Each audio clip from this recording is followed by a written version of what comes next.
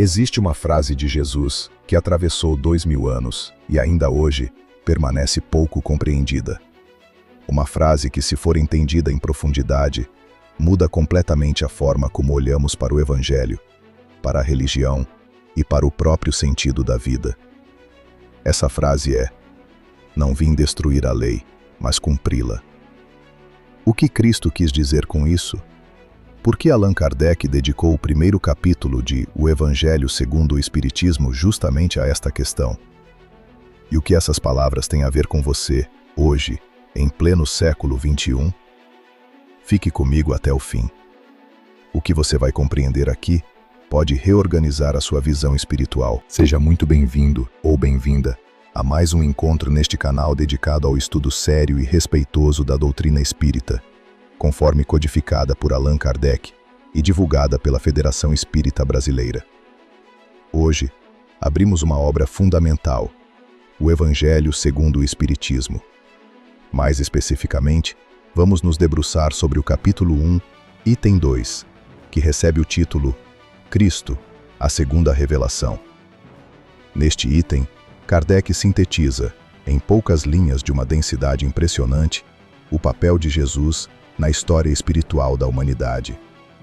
Ele escreve, em essência, que Cristo veio para complementar a lei de Moisés, não para destruí-la, mas para cumpri-la, que não a substituiu por outra, mas a reformou. Eu prometo a você o seguinte: ao final deste vídeo, você terá compreendido 3 coisas. Primeiro, o que significa segunda revelação. Segundo, por que essa continuidade entre Moisés e Jesus é tão importante. E terceiro, como esses ensinamentos se aplicam concretamente à sua vida, ao seu trabalho, à sua família, às suas decisões. Vamos juntos. Para entendermos o que Kardec chama de segunda revelação, precisamos primeiro compreender uma ideia central da doutrina espírita, a de que Deus nunca abandonou a humanidade. Ao longo dos tempos, em diferentes épocas e em diferentes culturas, Ele enviou mensageiros, orientadores espirituais elevados, encarregados de transmitir aos homens as verdades morais que eles tinham condições de assimilar naquele momento. A isso chamamos revelações progressivas.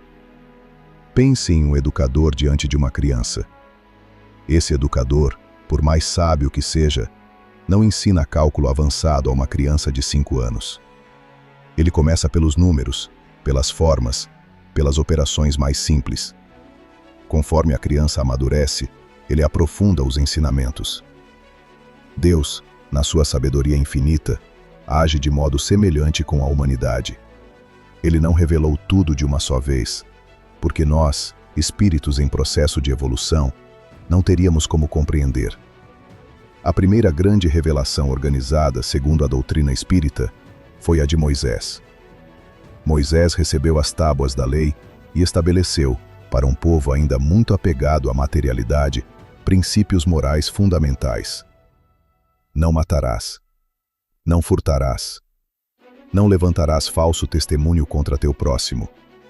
Honrarás teu pai e tua mãe. Esses mandamentos, em sua essência, são pilares de qualquer sociedade civilizada. Eles disciplinaram, organizaram, deram estrutura moral a uma humanidade ainda jovem espiritualmente. Mas a lei de Moisés, embora justa, era ainda, em muitos aspectos, uma lei do exterior, uma lei do gesto, da prescrição, do olho por olho, dente por dente. Era a moral possível para aquele estágio evolutivo. Não estou dizendo que era ruim, estou dizendo que era um primeiro degrau. E é aqui que entra Jesus. O Cristo veio trazer a segunda revelação, não como negação da primeira, mas como seu aprofundamento. Ele tomou aquela lei externa e a interiorizou. Onde estava escrito "não matarás", ele disse: não basta não matar com as mãos. É preciso não matar com o pensamento, não odiar, não guardar rancor.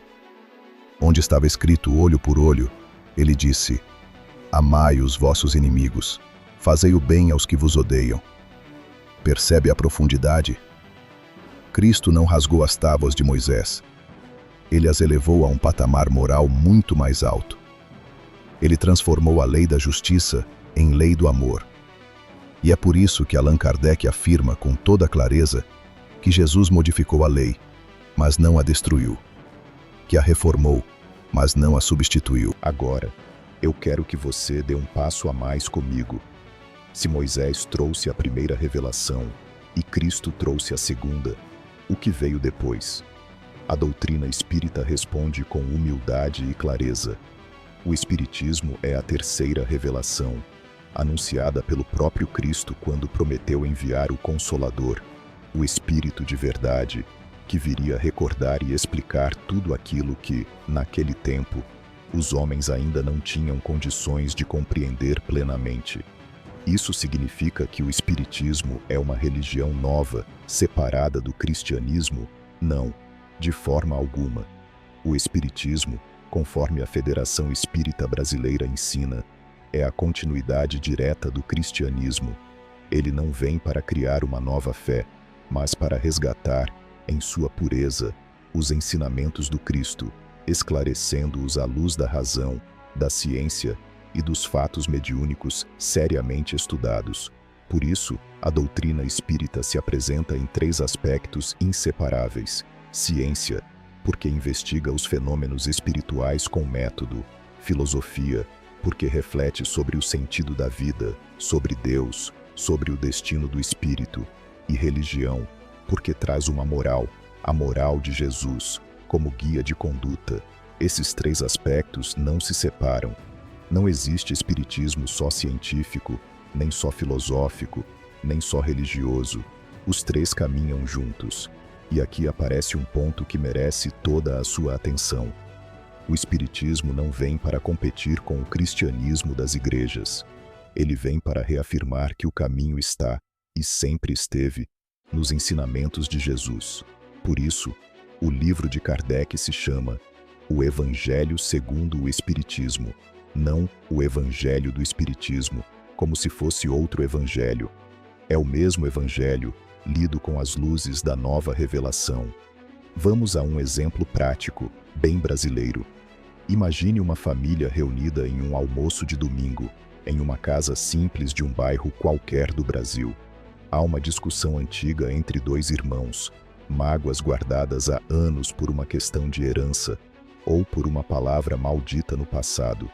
A lei de Moisés diria: não levantarás falso testemunho, não cobiçarás os bens do teu irmão, e está correto. Mas Jesus e o Espiritismo na sua esteira vão mais fundo. Eles perguntam: você já perdoou? Você já compreendeu que esse irmão pode ter sido, em outras existências, alguém com quem você tem compromissos antigos? Você já se colocou, com sinceridade, no lugar dele? Veja como o ensinamento ganha outra dimensão. Não é mais apenas não faça o mal. É ame, compreenda, perdoe, transforme-se por dentro. Essa é a moral cristã levada às suas últimas consequências, exatamente como Kardec a apresenta. E agora chegamos ao ponto que talvez seja o mais delicado e o mais belo deste estudo. Se Cristo veio para reformar a lei, e se o Espiritismo veio para esclarecer Cristo, o que cabe a nós, hoje, neste tempo em que vivemos? Cabe-nos viver o Evangelho, não apenas estudá-lo, não apenas decorá-lo, não apenas citá-lo, vivê-lo. Allan Kardec é insistente neste ponto. A fé verdadeira é aquela que se traduz em ações, e é aqui que muitos de nós, espíritas ou não, encontramos o maior dos desafios. Pense no seu dia a dia. Pense na fila do banco em que alguém fura sua vez. Pense no trânsito caótico da sua cidade. Pense no colega de trabalho que faz fofoca pelas suas costas, no vizinho barulhento, no familiar que sempre tem uma palavra ferina. Esses são os pequenos campos de prova, onde a moral do Cristo se exercita de verdade. Não nos grandes gestos heróicos, esses são raros. É na paciência cotidiana, no perdão silencioso, no esforço diário de não revidar, que a segunda revelação se cumpre dentro de nós. A doutrina espírita ensina algo muito importante. Somos espíritos imortais em jornada de evolução. Estamos aqui, neste corpo, por um tempo limitado, justamente para aprender, para corrigir tendências, para nos aproximarmos um pouco mais daquele modelo de perfeição moral que Jesus nos apresentou. A reencarnação, esse retorno do espírito a novas existências corporais, não é um castigo, mas uma oportunidade, uma escola. Cada vida é uma sala de aula nova, e o que estudamos nessa escola? Estudamos justamente a aplicação prática dos ensinamentos do Cristo, a caridade, entendida em seu sentido mais amplo. Não apenas dar uma esmola, mas ter benevolência para com todos, paciência com as fraquezas alheias, perdão para com as ofensas. A prece, que é a conversa sincera do espírito com Deus, um momento de elevação interior e não uma fórmula mágica. A reforma íntima, que é o trabalho silencioso de cada um sobre si mesmo, vigiando seus próprios pensamentos, suas próprias reações, seus próprios sentimentos. Aqui no Brasil, temos uma riqueza imensa de exemplos. Pense em Chico Xavier, em sua humildade discreta, em sua vida inteira dedicada ao próximo, sem cobrar absolutamente nada por isso. Pense nas centenas de centros espíritas espalhados pelo país, onde voluntários se reúnem semanalmente para estudar o Evangelho, para acolher quem chega ferido pela vida, para oferecer um pouco de luz. Isso é a segunda revelação se cumprindo. É a lei de Cristo vivida nos pequenos gestos, sem alarde, sem cobrança, sem teatro. E note bem, nada disso exige que você deixe de ser quem é, que abandone sua família, sua profissão, seus afetos. Pelo contrário, o Espiritismo nos convida a ser melhores exatamente onde estamos, exatamente com as pessoas que a vida colocou ao nosso lado. Vamos recolher agora os fios que tecemos juntos. Vimos que o capítulo 1, item 2, de O Evangelho segundo o Espiritismo, apresenta Cristo como a segunda revelação da humanidade. Vimos que essa revelação não vem para destruir a anterior, a de Moisés, mas para complementá-la, aprofundá-la, elevá-la a um patamar moral muito mais alto.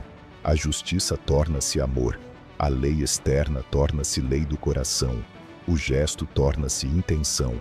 Vimos também que o Espiritismo, como terceira revelação, não cria um novo evangelho, mas resgata e esclarece o Evangelho do Cristo à luz da razão, da ciência e da imortalidade do Espírito. E vimos, por fim, que tudo isso só tem sentido se descer das páginas dos livros e ganhar vida em nossas atitudes cotidianas, na família, no trabalho, na convivência com o próximo. Agora, eu quero deixar algumas perguntas com você, perguntas para você levar para o seu silêncio, para a sua prece, para a sua reflexão desta noite. Em que medida você tem vivido a lei de Moisés e em que medida tem vivido a lei de Cristo?